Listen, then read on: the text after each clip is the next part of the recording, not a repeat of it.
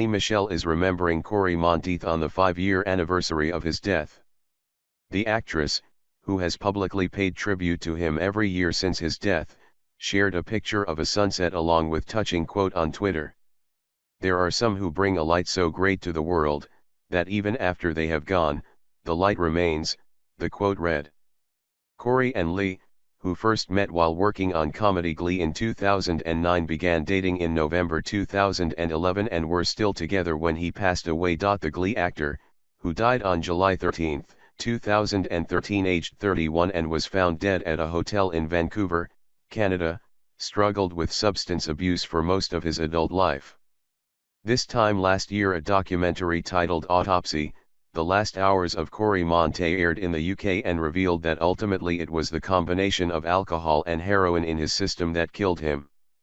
In the documentary, Dr. Jason Payne James explained that the coroner concluded that Cory's death was an accident and was aided by recreations of his death and crucial moments in his life. The final coroner's report said, "Mixed drug toxicity, involving intravenous heroin use combined with the ingestion of alcohol." The actor's death was caused by a fatal mix of heroin and alcohol after a night out with friends. Speaking in the documentary, Dr. Payne James said, "Cory was tragically unaware that his central nervous system was already compromised because of the amount of alcohol he had consumed throughout the evening.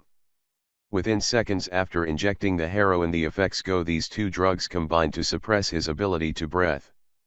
As his breathing slows, his heart has a much more difficult time pumping oxygen around his blood. Ultimately it was the alcohol and heroin in combination that killed him and not the heroin in isolation. However, it was actually his effort to defeat his inner demons and get off the drugs that helped cause his death. From the age of 13 he skipped school and progressed from drinking alcohol to taking cocaine, crystal meth, and ecstasy.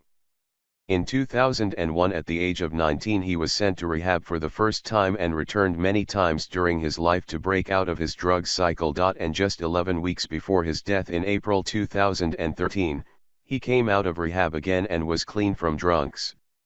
Dr. Payne James explained that there was a tragic irony that the risk of a drug overdose dramatically increases in the first few months after leaving rehab. He added, "Fresh from his month in rehab, Cory has lost the tolerance he built up after his long use. If drug users start back on the same drugs on the same level before they started rehab, that can result in toxic and fatal consequences. The dose Cory was used to 3 months earlier would now have a much greater effect, suppressing his central nervous system that controls his breathing."